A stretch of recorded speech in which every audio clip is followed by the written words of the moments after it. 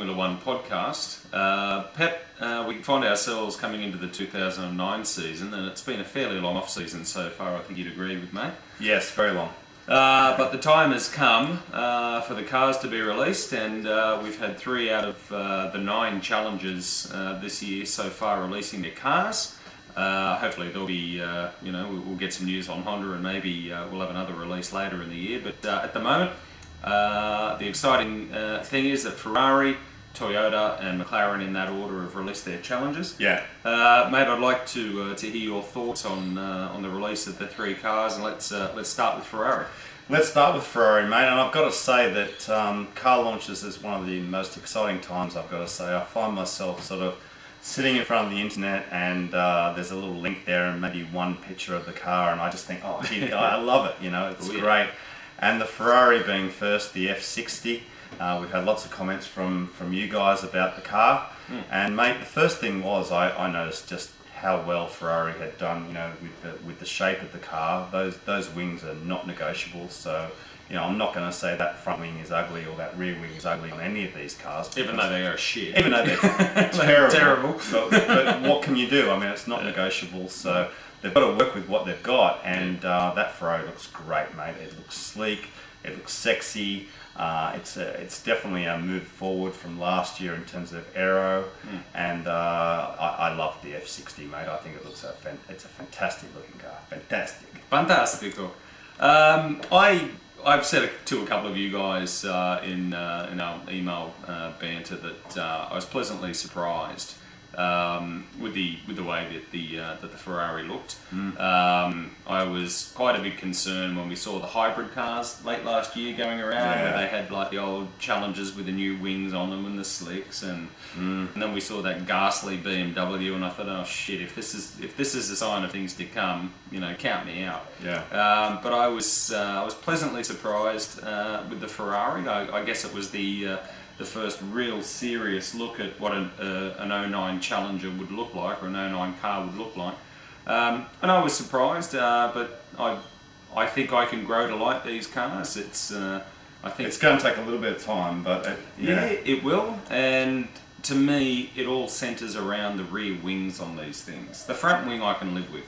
It reminds me of the cars of the late 90s, early noughties even. I can live with that, but it's the rear wing being so small and boxy that it's going to take me a little while to get used to. And I think, Pep, when we head down to Melbourne this year, mate, and we see them firsthand, that's when I'll be able to make up my true mind. The other thing, Max, is I just couldn't keep my eyes off those big, fat, dirty, shiny slicks. Not just the Ferrari, but all the pictures with the slicks. It just looks fantastic, and I was loving seeing the slicks, and that sort of drew my eye in a little bit as well. But that Ferrari, the way they've sculpted the back, and it's sort of continuing from the last couple of years, Max, where they kind of shrink wrap the arse of the car. It's very small, and I said in one of the comments on a previous video that the Ferrari actually looks smaller to me because of all the lack of winglets and barge boards and things like that. It does look a smaller car because you haven't got all those bits hanging off it. But mate, could be an optical illusion. You're right. I hear where you're coming from. But the thing that gets me, mate, is barge boards. I thought they were banned.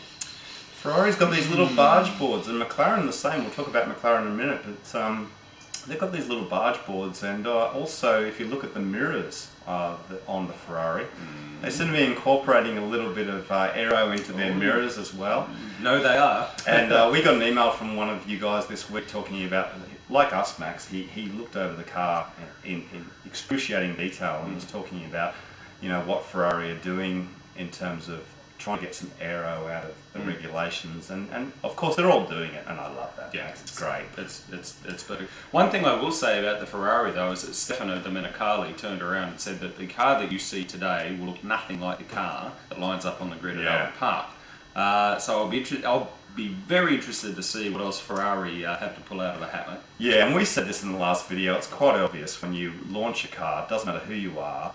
whatever you put on it, of course, it's going to be scrutinised and copied, and you might want to keep your best bits until Melbourne. Even then, you'll put a little cover over them and stop people looking at them. So the cars will change. The cards close to your chest, mate. Exactly. Yeah, you bet. Yeah. So the Ferrari was great, and then we had the Toyota Max, the TF1. The TF109. TF109. It looks like TF1 in terms of livery, but anyway, I said this a while ago, Max. The Toyota looks sleek as well. Looks great, but I just really wish Toyota would change their livery. Yeah.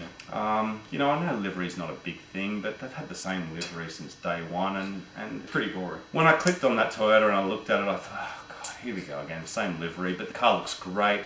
Very noticeable connection from the front of the monocoque down to the front wing, quite long. Quite thick too. Moving towards almost that Walrus look that Williams had a couple of years ago with that very pronounced front, aggressive front look there. Yes, indeed. And a very sleek looking car, Max. Mate, I'm looking forward to seeing how Toyota go this year. I mean, they've got the same pilots as last year, and let's face it, Toyota had one of their better years last year. I was really impressed with Toyota, but in particular with Jarno Trulli. And I really hope that Toyota, come out firing this year. They've got the momentum. Trulli's driving, really well. I mean, I knock him all the time about the Trulli train, but I thought he drove some really good races last year. He's a quick driver. He's an intelligent driver, and I really hope that Toyota take the next step this year in what is essentially a fairly level playing field. Yeah, definitely. So, mate, the next car that was released was the McLaren, the MP424, and I'll just come out and say it, Max. I thought the Ferrari was sexy.